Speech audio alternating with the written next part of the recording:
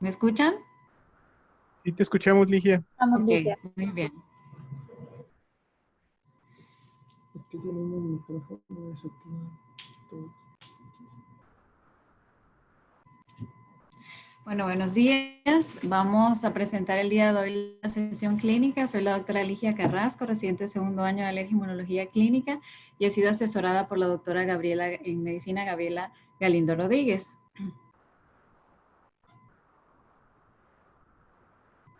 Vamos a hablar el día de hoy de inmunoterapia sublingual e intralinfática.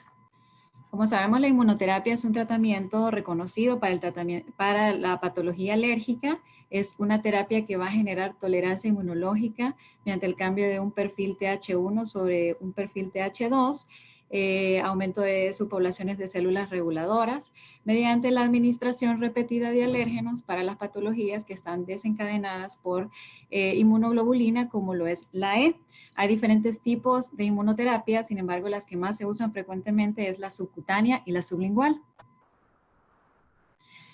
Pues la inmunoterapia aborda todas las patologías alérgicas, entre ellas podemos mencionar la rinitis alérgica, rinoconjuntivitis, asma, también por picadura de himenópteros, alergia alimentaria, y es que muchas de ellas coexisten, tal es el caso de la rinitis alérgica con el asma, que hasta el 50% de los pacientes con rinitis alérgica pueden presentar hiperreactividad bronquial, y el riesgo en ellos es 3 veces más elevado de presentar o desarrollar asma. Es importante tener en cuenta que los enfoques terapéuticos van dirigidos al tratamiento de la patología alérgica, pero también para la prevención de la misma. Esta es una imagen donde podemos ver las diferentes rutas de exposición con las manifestaciones alérgicas, la vía inhalatoria, ya sea por polen, ácaro, hongos, caspa de animales, la vía por ingestión de alimentos, medicamentos, por picaduras también o por el contacto directo en la piel con plantas, pólenes, alimentos, látex, y las manifestaciones alérgicas que se van a presentar son muchas, como conjuntivitis, rinitis, asma, urticaria, dermatitis atópica y anafilaxia, en patología como la alergia alimentaria y en picadura por himenópteros también. La historia nos cuenta que Leonard Nunn introdujo el término de inmunoterapia alérgenos hace más de 100 años. Luego los primeros estudios se realizaron en el año 1911 por Nunn y fueron continuados en Europa por Freeman.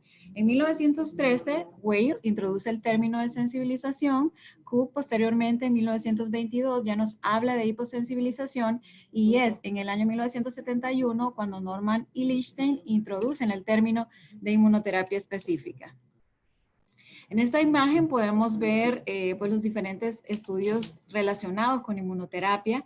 Vemos que México tiene una importante cantidad de publicaciones en esta pues, revisión. Se especifican 19, liderado por Brasil con 25, luego Argentina, Colombia, Cuba y bueno, los otros países en menos cantidad, pero vemos cómo a nivel mundial la inmunoterapia forma parte importante del tratamiento de la enfermedad alérgica.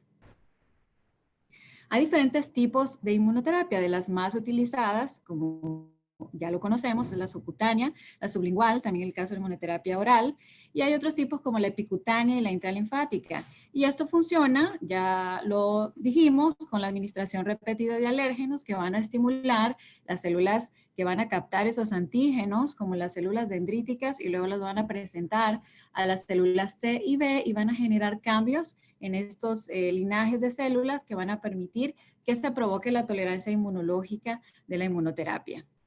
La respuesta normalmente en el paciente alérgico va desencadenada por ese antígeno que va a ser presentado a células como las células B que van a producir inmunoglobulina E, que es una de las más importantes en la estimulación de la respuesta alérgica. Esta va a ser recibida en células como los mastocitos, en los basófilos y la liberación de mediadores químicos que van a intervenir en los síntomas que va a presentar posteriormente el paciente.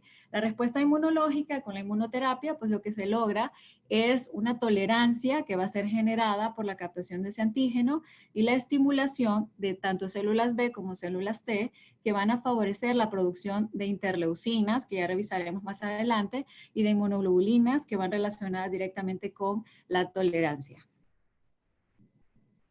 Podemos ver y continuar la idea de lo que ya mencionábamos, la captación del antígeno va a ser presentada por las células dendríticas a las células TH0 y esta va a cambiar el perfil según la estimulación que se produzca. En el caso de la tolerancia inmunológica vamos a tener un predominio del perfil TH1 sobre el perfil TH2. Con este perfil TH1 se van a producir interleucinas importantes como la interleucina 12 o el interferón gamma. De igual forma, va a haber aumento en las subpoblaciones de células T reguladoras que van a permitir la producción de interleucinas, como la interleucina 10 y el factor de crecimiento transformante beta, que van a estimular o van a bloquear la respuesta inflamatoria alérgica. A su vez, también va a haber una estimulación de las células B, que van a fabricar o producir la inmunoglobulina G4, que va a estar relacionada directamente con la tolerancia inmunológica. Aquí podemos ver cómo va a haber un aumento de las células T reguladoras y células B reguladoras, aumento de la respuesta TH1 y un bloqueo de la respuesta TH2, aumento de la inmunoglobulina G4 y una disminución de la inmunoglobulina E, que es una de las principales mediadoras de la respuesta inflamatoria alérgica.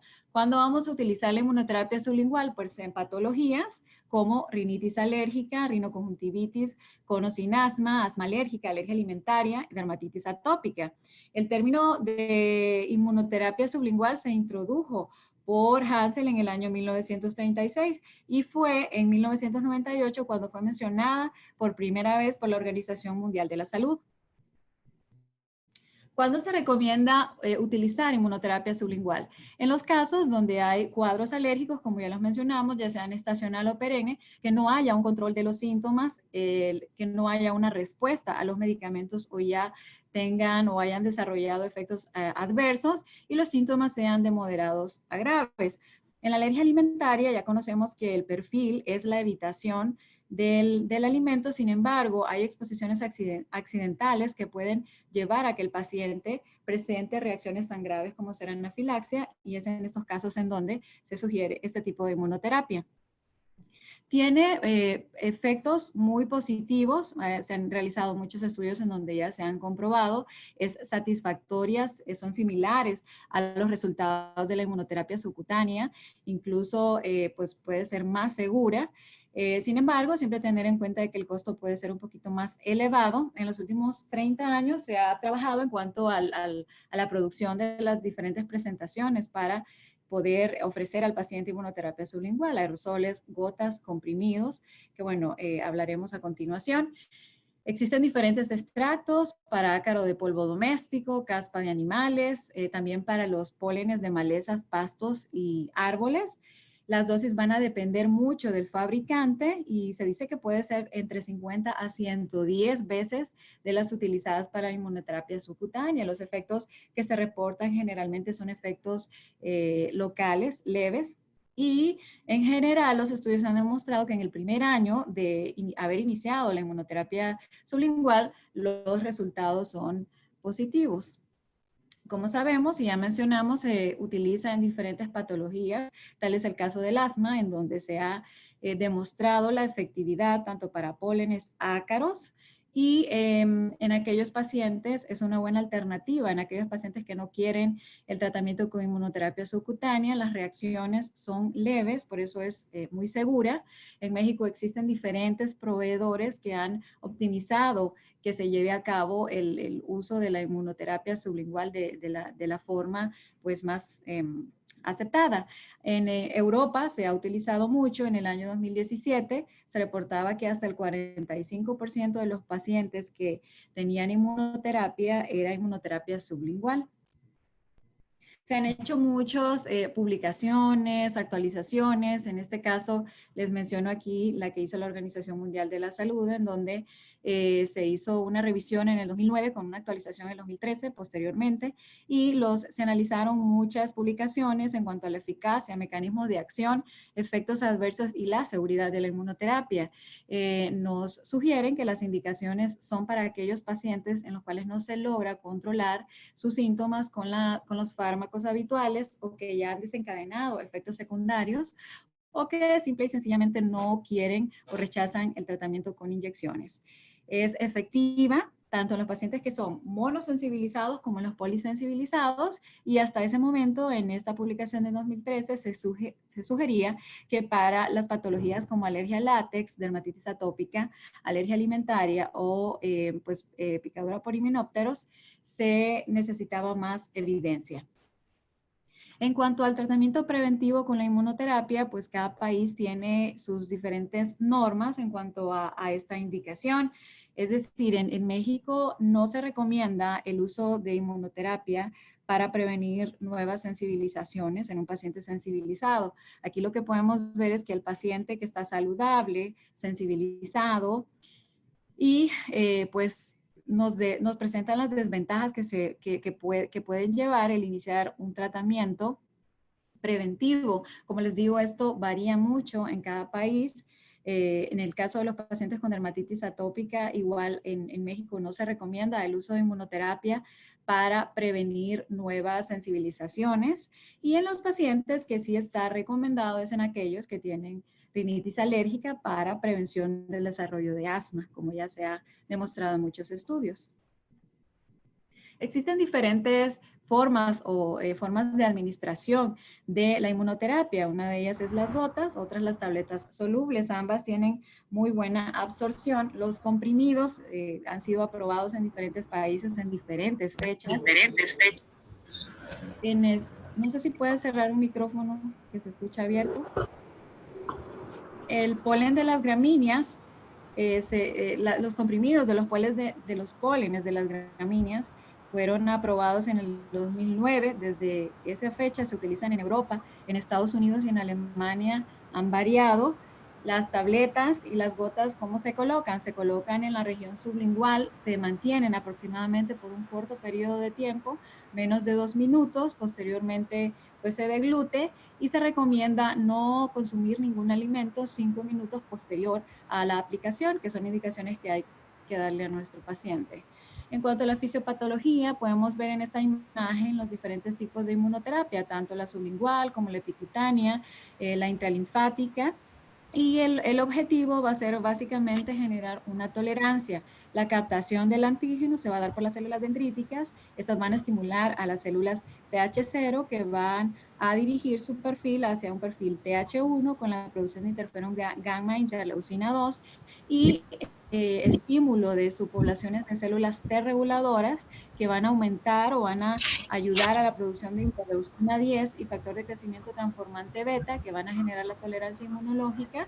También se va a dar la estimulación de las células B reguladoras con la producción de inmunoglobulina como la inmunoglobulina G4 que va a generar o van a ayudar a la tolerancia y al bloqueo de la respuesta inflamatoria alérgica. En el caso de la inmunoterapia sublingual, el mecanismo cómo se da, pues se presenta el antígeno, va a ser captado por las células dendríticas de la mucosa, posteriormente va a ser presentado a las células T, como ya lo revisamos, con el de la interleucina 12, no sé, se escucha un micrófono abierto.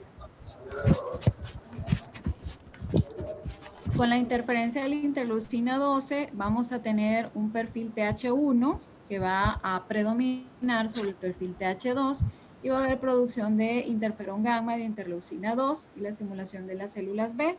También se va a estimular la producción de células T reguladoras que tienen una proteína en la membrana que es la proteína P3, que es el linaje FOXP3 y va a ayudar a la producción de interleucina 10 y de factor de crecimiento transformante beta que van a bloquear la respuesta inflamatoria alérgica, de modo que va a haber un predominio tanto de la respuesta TH1 como de las células T reguladoras y un bloqueo de la respuesta TH2, que es la que está relacionada con el paciente alérgico. Existen diferentes tipos en cuanto a las inmunoterapias. Digamos, la inmunoterapia subcutánea va a ser presentado el antígeno, va a ser captado por las células de Langerhans y posteriormente presentado los ganglios linfáticos. En el caso de la inmunoterapia sublingual, va a ser presentada por las células, el alérgeno va a ser presentado y va a ser captado por las células dendríticas en la mucosa oral y luego va a ser transportado a los ganglios linfáticos que están ubicados en el anillo de Waldeyer. En el caso de la inmunoterapia epicutánea vemos algunas diferencias, ya que van a actuar de primera línea los queratinocitos en la epidermis, van a generar una respuesta proinflamatoria con la liberación de interleucinas, y luego se va a dar la estimulación de las células de Langerhans que van a presentar los ganglios linfáticos. En el caso de la intralinfática, pues es un poco diferente el mecanismo y ya lo revisaremos a continuación. Hay muchos estudios que se han realizado. Tenemos esta revisión realizada por Cochrane en el año 2003 y fue actualizada en el año 2011, donde se revisaron 60 ensayos y las conclusiones fue que se observó reducción muy significativa tanto de los síntomas como de los medicamentos utilizados por los pacientes.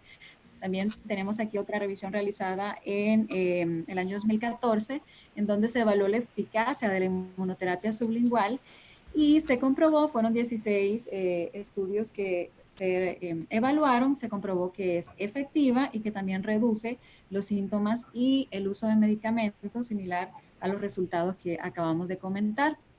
Esta es una revisión que se realizó en el año 2017, donde se evaluó el efecto de la inmunoterapia sublingual en el tratamiento del asma alérgica. Vemos que fueron varias publicaciones desde el año 2001 hasta el año 2013, los pacientes con asma que estaban sensibilizados al ácaro del polvo doméstico, y se concluyó que hubo resultados satisfactorios en muchos de los estudios publicados, así como la reducción de medicamentos como los corticosteroides, y se plantea como una terapia aceptable para el tratamiento de la enfermedad alérgica.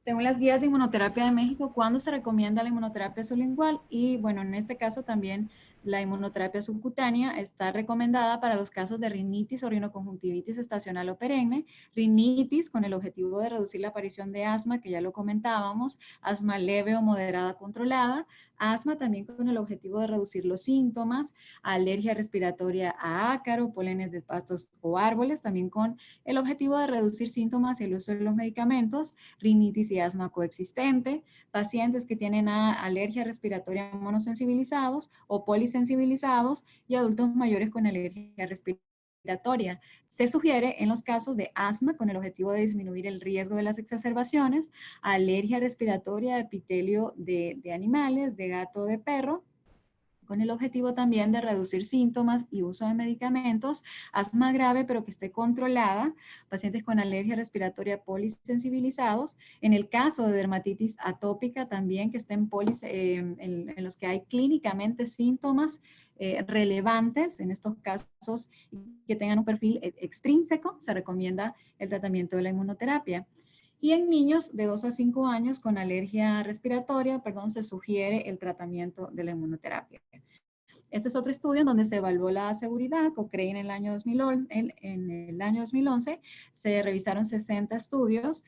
Se encontró que no había reacciones sistémicas graves, no se presentó anafilaxia, hubo reducción importante de los síntomas y del uso del medicamento, y en 15 estudios se reportó que hubo abandono de del tratamiento con inmunoterapia sublingual. En el 2013 también se hizo otra revisión en el tratamiento de asma y rinoconjuntivitis alérgica en cuanto a la inmunoterapia sublingual, encontrándose que esta fue efectiva, la eficacia fue moderada tanto en asma como en rinitis, y los resultados o los efectos adversos que se describieron fueron locales, sin reacciones sistémicas o sin anafilaxia.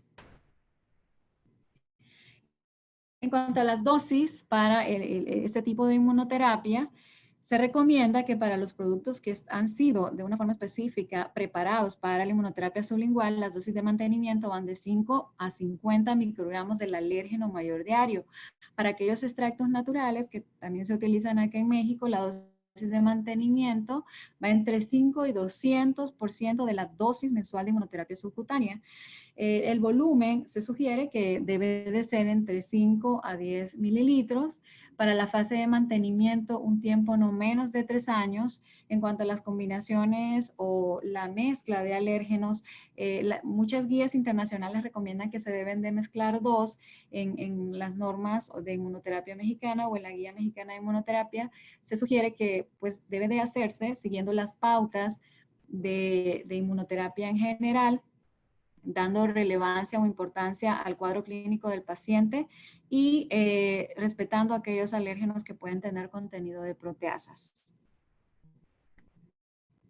La dosis varía y generalmente puede ser entre 50 y 200 de la dosis mensual de la inmunoterapia subcutánea. También la cantidad varía entre 5 a 20 microgramos, que es similar a la dosis mensual de inmunoterapia subcutánea. La biodisponibilidad de algunas preparaciones es mayor. Por ejemplo, en el caso de las tabletas, es mayor en las tabletas liofilizadas que en las comprimidas. La administración de la inmunoterapia debe ser diaria y se recomienda que al menos 3 años de tratamiento o de la fase de mantenimiento para que haya una respuesta efectiva. En el caso, cuando se inicia la etapa de mantenimiento 12 semanas antes, se ha visto que hay mejor respuesta en cuanto a la estación de polinización.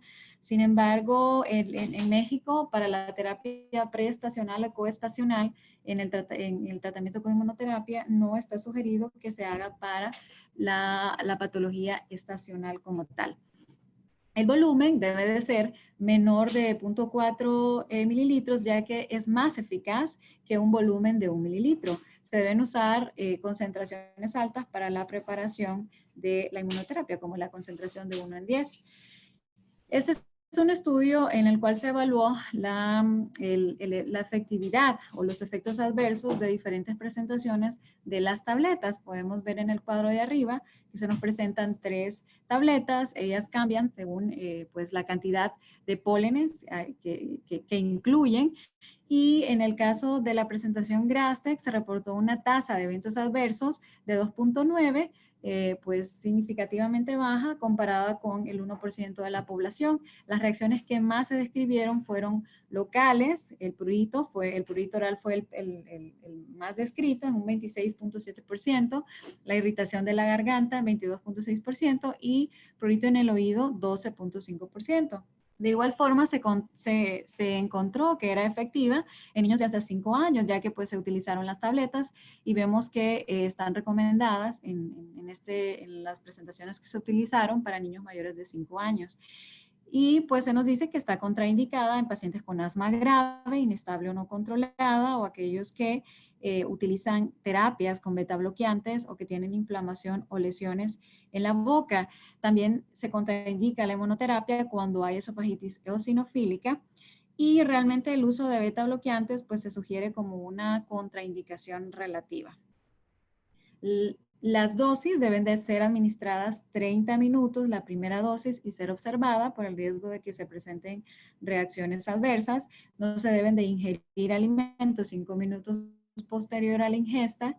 Si se omiten dosis, se nos dice que no se debe de compensar con dosis adicionales y si el paciente ha suspendido el tratamiento con la inmunoterapia durante 7 días, debe consultar con el médico a cargo. En cuanto a los efectos adversos, se han hecho muchos estudios para valorar cuáles son los efectos adversos. Hasta el año 2000, en un total de 1 billón de dosis administradas, se documentaron apenas 11 casos de anafilaxias que no fueron graves. Las reacciones que generalmente se describen con el uso de inmunoterapia sublingual son localizadas en oromucosas o gastrointestinales. En total, las reacciones adversas son bajas, de 0.056%. De estas, las que son más frecuentes son las locales, de un 50 a un 75%, las sistémicas en baja cantidad, un 0.08%, y las graves también en baja porcentaje de 1.1%. Según las guías de inmunoterapia o la guía mexicana de inmunoterapia, en este cuadro se nos presentan las patologías que ya hemos revisado, la alergia respiratoria, en el caso de la sensibilización por ácaros, por pólenes, por extractos por animales también, y en el caso de los pacientes con alergia al látex, es muy segura, muy eficaz y tiene un efecto a largo plazo. La administración, como ya revisamos, es diaria y la duración, pues, se sugiere no menos de 3 años, se recomienda. ¿Cuándo se deben posponer las dosis de inmunoterapia sublingual? Cuando hay exacerbación de asma que no está controlada y se debe de reiniciar hasta que esté controlada. En asma grave, tan pronto como se reduzca la gravedad de la enfermedad. En los que presentan alergia a activada por el riesgo de eventos adversos, se sugiere suspender la inmunoterapia alrededor de 5 a 7 días cuando hay infección en vías respiratorias altas en el caso de los pacientes con asma por un periodo de 3 a 5 días y cuando hay procesos o procedimientos que se han realizado en la cavidad oral, como la extracción de piezas dentarias o que haya cirugía en cavidad oral o cuando se caen los dientes en los niños o úlceras en cavidades orales, se suspende alrededor de una semana. En México se cuenta con diferentes presentaciones, también se cuentan con extractos liofilizados, se dispone de extractos que son concentrados, estandarizados y no estandarizados, y solo se pueden utilizar extractos naturales cuando se extrapolan las dosis utilizadas para la inmunoterapia subcutánea con extractos absorbidos. Reducir las dosis, se debe hacer reducción de dosis según las guías mexicanas de inmunoterapia después de un periodo de 7 días de haber suspendido la administración de la inmunoterapia, se debe reducir a una gota.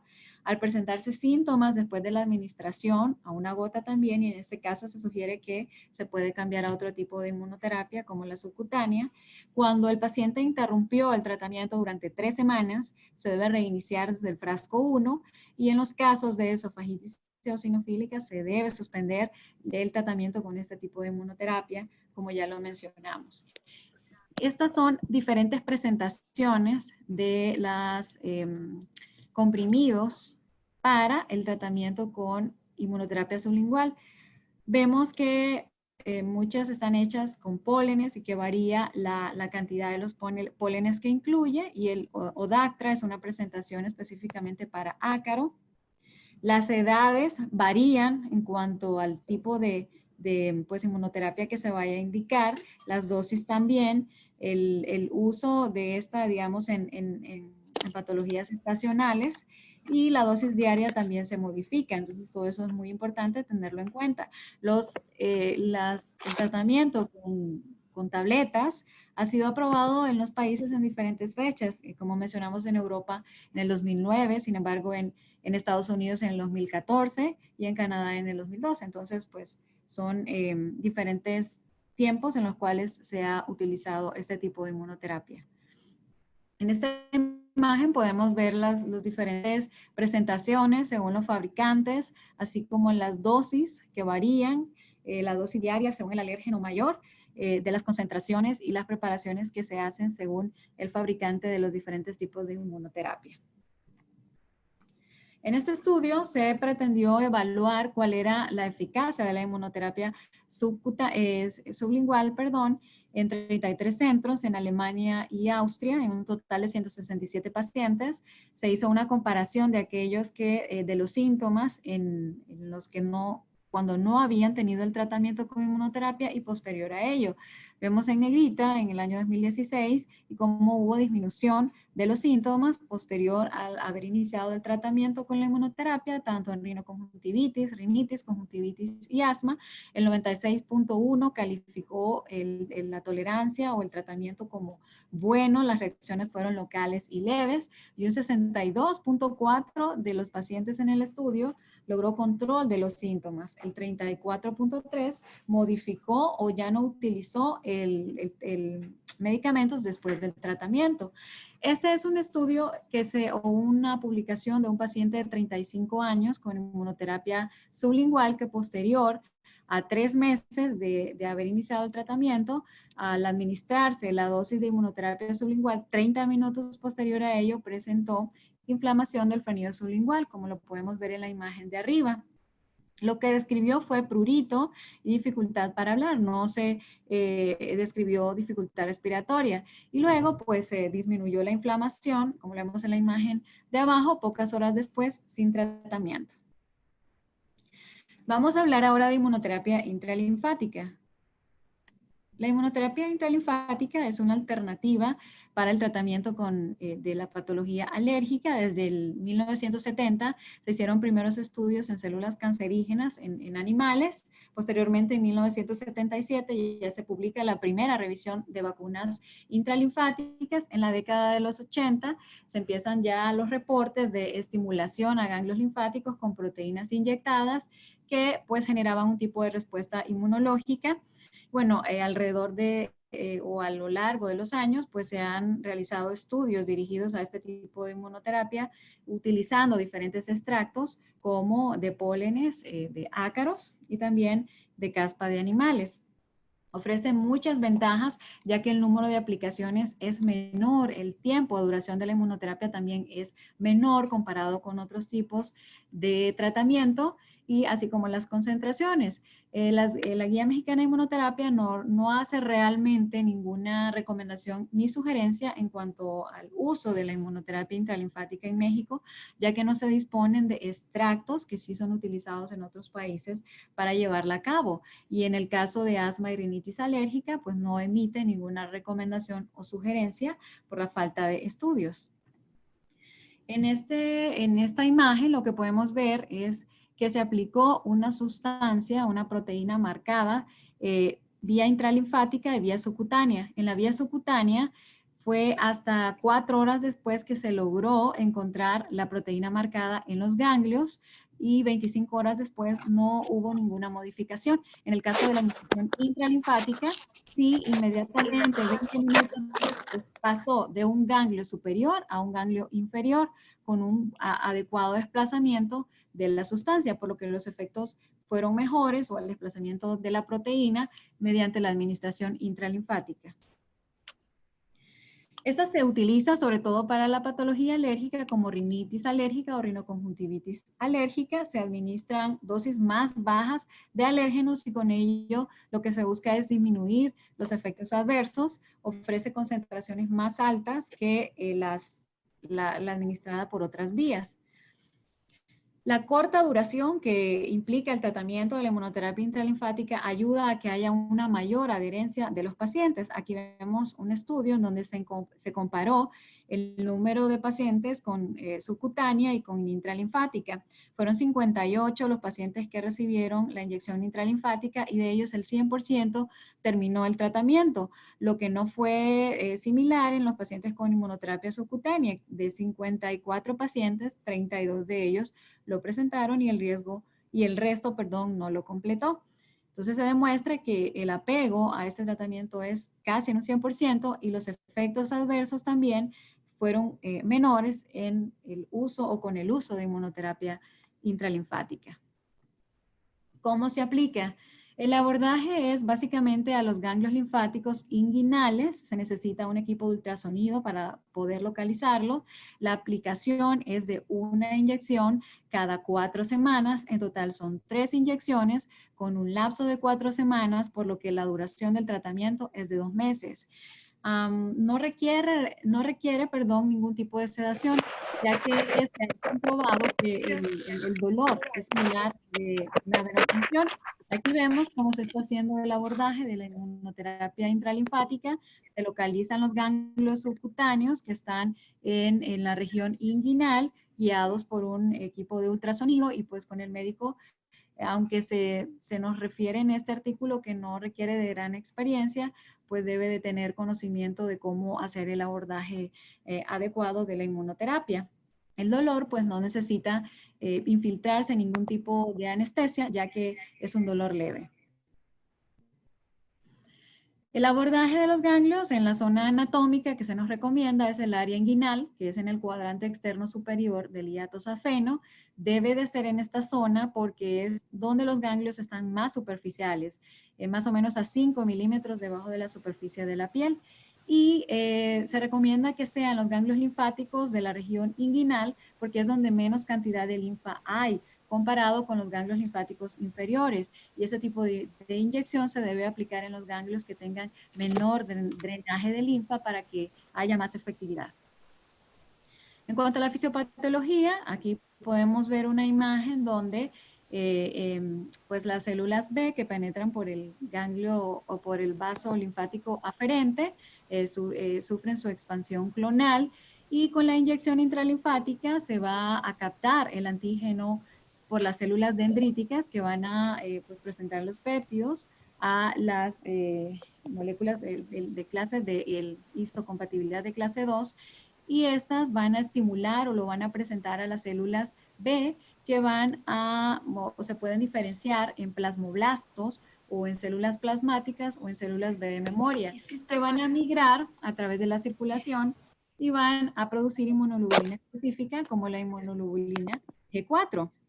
Como lo vemos en esta diapositiva, es decir, el alérgeno captado por las células dendríticas va a ser presentado mediante sus péptidos a las moléculas de histocompatibilidad de clase 2 y estas pues, van a estimular a las células B que van a diferenciarse tanto en plasmoblastos como células plasmáticas y en células B de memoria.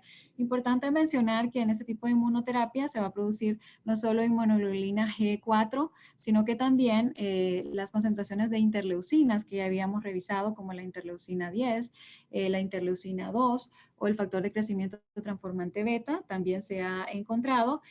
Y una inmunoglobulina que se produce en la inmunoterapia intralinfática es la inmunoglobulina G2, que protege también contra las reacciones de anafilaxia o de sensibilización.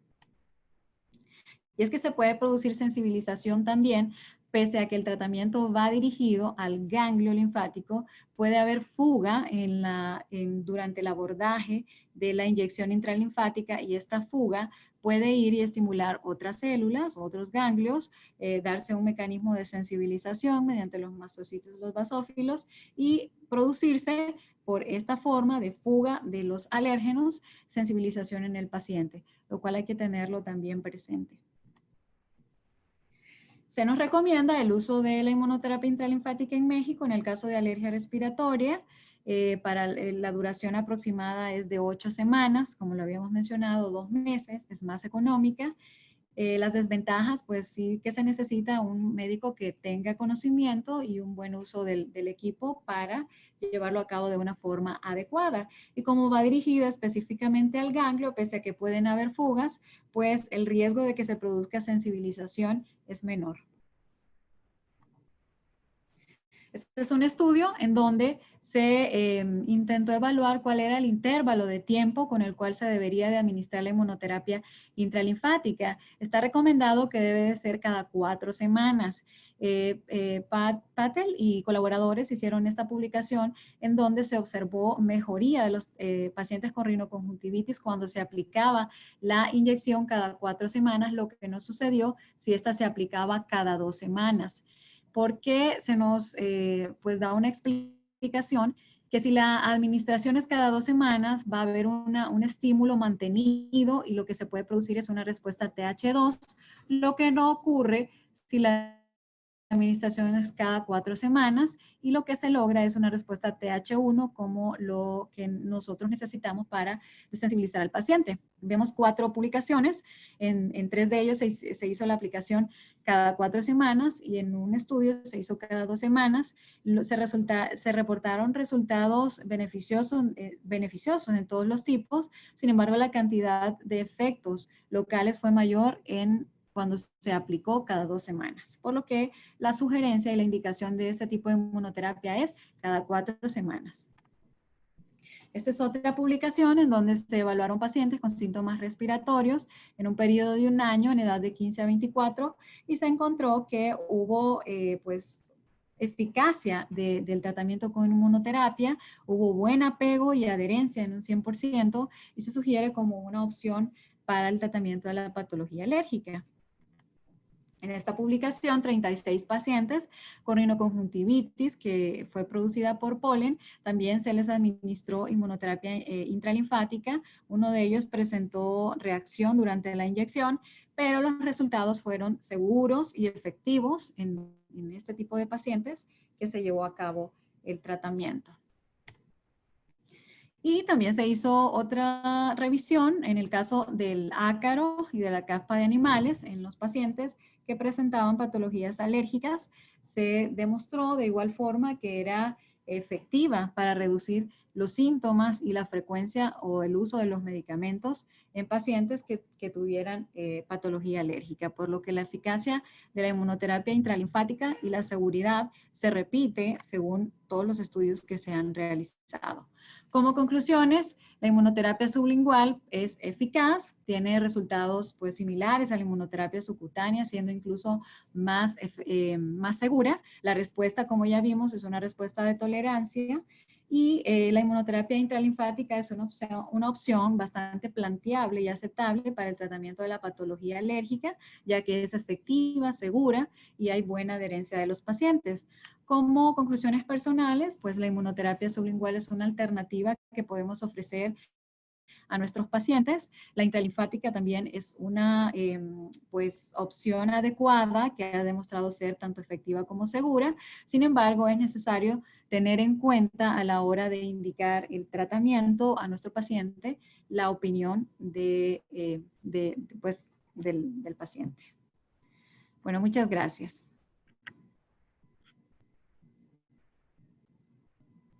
Muy bien, buenos días a todos. Le voy a pedir, ahorita por problemas técnicos, la doctora Marisela tuvo que entrar con la doctora Hilda, perdón, entró a sesión con la doctora Marisela por no tener el audio disponible en su computadora, pero sí quisiera empezar con la sesión de preguntas. Por aquí tengo las preguntas de los profesores. No sé, doctora Rosibeth Guzmán, ¿quiere empezar con las preguntas? ¿Sí está disponible? Rosibeth. Bueno, en lo que me escucha, veo aquí a la doctora Marisela. ¿Usted quiere empezar con preguntas, Marisela? Claro que sí, doctora. Gracias. Bueno, entonces, Ligia, voy a empezar contigo. En cuanto a la historia de la inmunoterapia, menciona lo incorrecto, perdón. En 1971, Norman y Lichtenstein acuñan el término inmunoterapia específica. En 1922, Cook introduce el término sensibilización. En 1913, Weil introduce el término desensibilización. Y en 1911, Fiebre de Heno, Fornum y Freeman. ¿Cuál es la incorrecta? ¿Es en 1913? 1922, Cook introduce el término de sensibilización. Es hiposensibilización, el término que introduce. Ah, ok. Sí. Rodrigo, cambios inmunológicos que ocurren durante la inmunoterapia, excepto incremento de células MAST, incremento de IgG4, incremento de células T y B reguladoras, disminución de la relación TH1 y TH2. Es la primera, doctora. Es la D, disminución de la relación TH1 y TH2. Rocío, con respecto a la inmunoterapia sublingual, mencione lo correcto. Se recomienda su uso en niños de 2 a 3 años con rinitis alérgica. Es efectiva en pacientes con alergia a látex y dermatitis atópica. La dosis son 50 a 110 veces mayores a las usadas en inmunoterapia subcutánea, o todas son correctas. Rocío. Perdón, doctora, ¿era la incorrecta? Doctora, ¿me escucha? Correcto. Sí, te escucho un poquito cortado, pero es la respuesta correcta. Niños de 2 a 5 años. ¿Sí, Rocío? No, es que no escucho bien la pregunta, doctora. Ok, con respecto a la inmunoterapia sublingual, menciona lo correcto. Se recomienda su uso en niños de 2 a 5 años con rinitis alérgica. Es efectiva en pacientes con alergia a látex y dermatitis atópica. La dosis son 50 a 110 veces mayores a las usadas en inmunoterapia subcutánea y todas son correctas. Ah, es correcto. Es la C, son de 50 a 110 veces mayores. Ale, con respecto a la inmunoterapia intralinfática, menciona lo correcto. La inmunoterapia intralinfática se puede usar en asma grave. La inmunoterapia intralinfática presenta 100 veces más cantidad de alergenos a los ganglios linfáticos que cualquier otra vía. Hasta el 80% ha demostrado en estudios que terminan el tratamiento. hasta los 80% de los pacientes. Y se puede aplicar ocasionalmente en ganglios axilares. Correcta, la respuesta correcta. Me parece que es la del 80%, que casi el 100% podían tener buen apego. Se dice que hasta el 100% terminan y que la Ajá. inmunoterapia, la respuesta correcta sería presenta de 100 veces más alergenos a los ganglios linfáticos. Nada más. Listo. Muy bien, muy bien. A ver, por aquí veo a doctor Macuset. ¿Trae preguntas? Muy bien, nada más Sí. quita el micrófono. Gracias, adelante. Muy bien. Bueno, la primera también ya la tocó la doctora Marisela, entonces sería para Rodrigo. Recomendación de edad para inicio de la inmunoterapia sublingual en pacientes con alergia respiratoria. 2, 3, 4 o 5 años. 5 años. Es 4 años. Sería para esta Yareli. Sugerencia de dosis de mantenimiento para la inmunoterapia sublingual. Utilizar al menos el equivalente de 5 microgramos diarios de alergeno mayor. Utilizar al menos el equivalente a 10 microgramos diarios de alergeno mayor. Utilizar al menos el equivalente a 15 microgramos diarios o 20 microgramos diarios de alergeno mayor. Es de 50. La de 5, sí, correcto, muy bien. La siguiente sería para Paola. Contraindicación para el uso de la inmunoterapia sublingual. Alergia alimentaria, esofagitis eosinofílica, pacientes de 2 años de edad o mastocitosis. Para la sublingual, Sublingual, esofagitis eosinofílica. correcto. Muy bien. Y la siguiente para Natalie. Células de la mucosa oral que se unen a los alergenos en la inmunoterapia sublingual y conducen a una desviación de la respuesta inmunitaria TH2 a TH1 junto con la inducción de células T reguladoras y la inducción de anticuerpos IgG. Eosinófilos, linfocitos CD4, células dendríticas o células epiteliales.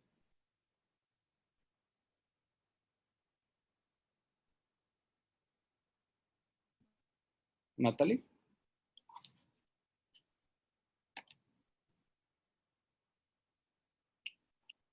Se cortó. Bueno, la respuesta ¿Alguien más? Bueno, de la sería, respuesta, llega otra pregunta. bueno, la respuesta es células dendríticas. Y ya con esa tengo todas mis preguntas, doctor. Muy bien, por ahí veo la doctora Cindy. Cindy está disponible. No, trae el micrófono apagado. A ver, la doctora Lucía, doctora, ¿me escucha? Sí, cómo no, doctora. Por favor, ¿puede seguir con las preguntas? Sí, cómo no.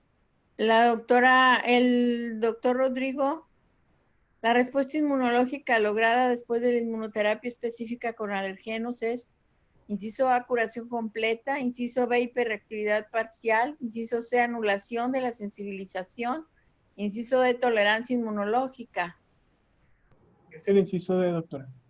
Sí, cómo no. Ahora, la doctora Natalie, ¿sí está disponible? Si no le contesta, cambie a alguien más. Ya, doctora. Ya, doctora.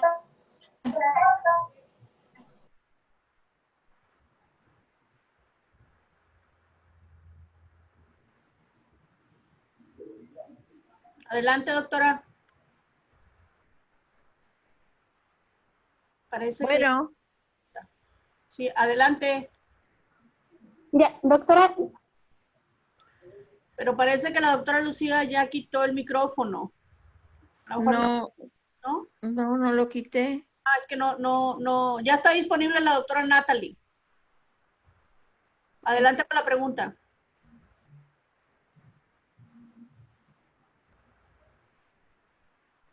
¿Escucha?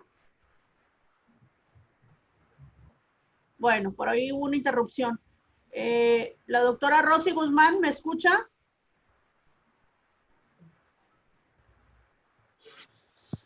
Sí. Adelante. ¿Me escuchan? Sí. Sí. Ok. Alejandra. En relación con la inmunoterapia sublingual y su mecanismo de acción, contesta lo correcto. ¿Sí? Ok. Inciso A. Mucosa oral exhibe a las células de Langerhans y dendríticas como fenotipo B, contiene menor número de mastófilos. C. Reduce la inducción de respuesta inmune proinflamatoria. Ay, O inciso doctora, D, perdón, todas es que son la escuché correctas. toda cortada, se me cortó todo. ¿Cree que me pudiera repetir la pregunta, por favor? Bueno.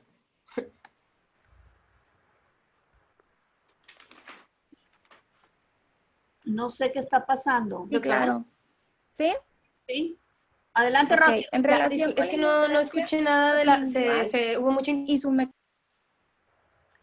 Es que tiene que apagar el micrófono ya la doctora Lucía para que no haya eco. Y ahorita yo apago también el mío para que nada más escuchen ellas dos.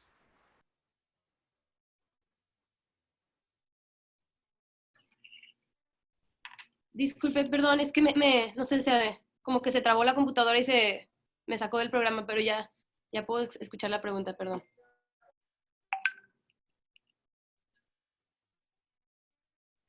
¿Por qué no se oye? Ok. ¿Ahora sí me escuchas?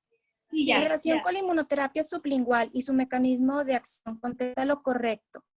Inciso A. La mucosa oral exhibe células de Langerhans y dendríticas con fenotipo tolerante. Inciso B.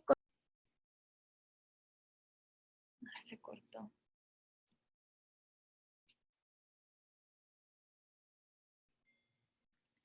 Se volvió a cortar.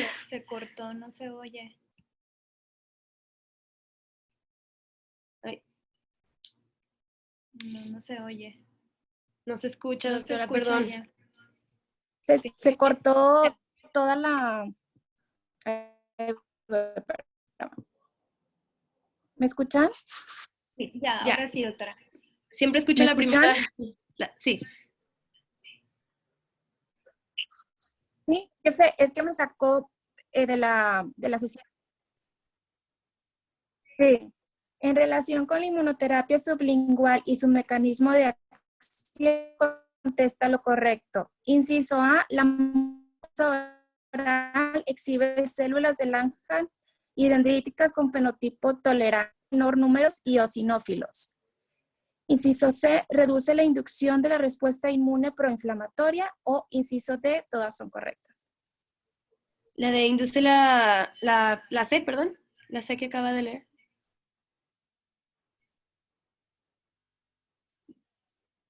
Todas son correctas dentro de la inmunoterapia sublingual. Okay. Hola, ¿estás ahí? Sí. Sí. Ok. Gracias, doctora. ¿Cuál de las siguientes son indicaciones para la aplicación de inmunoterapia? A ti, dígale. ¿Paola? ¿Sí? ¿Cuál de las siguientes son indicaciones para la aplicación de la inmunoterapia sublingual? Ajá. Inciso A, mantener la gota sobre el lecho ungual 2 por 2 minutos. Inciso B, no lavarse la boca por 5 minutos. Inciso D, no comer ni beber por 7 minutos. D, no indicaciones. ¿La de cuál era? Es que no escuché.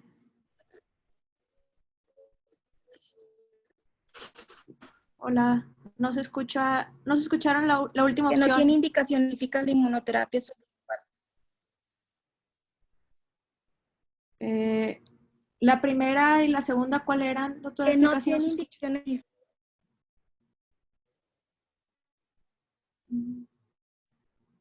Pues la verdad no escuché muy bien no se escucha muy bien, pero es que se mantienen menos de 2 minutos y no deben de ingerir alimentos durante los primeros 5 minutos, pero no escuché bien las opciones. Sí, es la A, mantener la gota No sobre se el escucha. sublingual por 2 minutos. Doctora, Gracias. ya las demás ya las comentaron.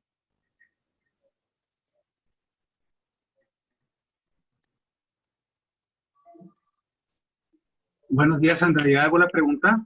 Sí, José, adelante.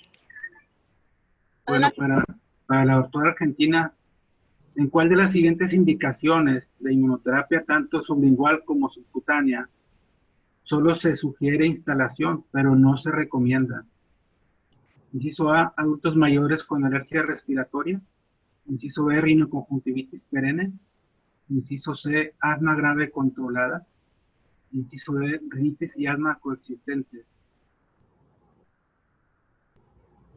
¿En cuál no se sugiere que se instale, pero digo, nada más se sugiere, pero no se recomienda? ¿En cuál de las 4? Opción C. Sí, en asma grave controlada no se recomienda. Muy bien, gracias, José. Doctora, Carmen, ¿tiene alguna pregunta diferente? Carmen Zárate. Sí, doctora. Además, la pregunta es para Jensi. Condiciones clínicas en las cuales se debe posponer la aplicación de la inmunoterapia sublingual, excepto extracción de pieza dentaria, B, lesión en cavidad oral, C, rinofaringitis viral y D, exacerbación de asma. No sé si me escucho. ¿La C? Sí, es la rinofaringitis viral.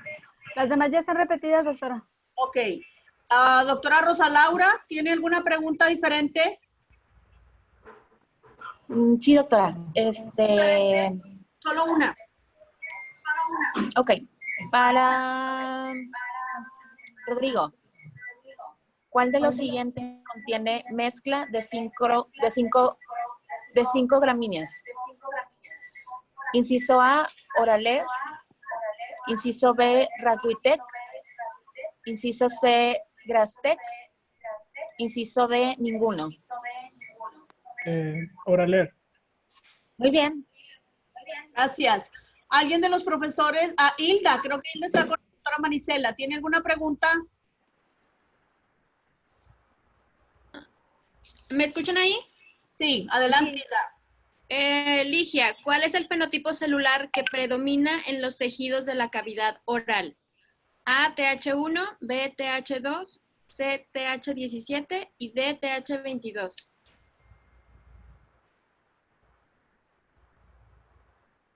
No escuché. Ligia, no te escucho.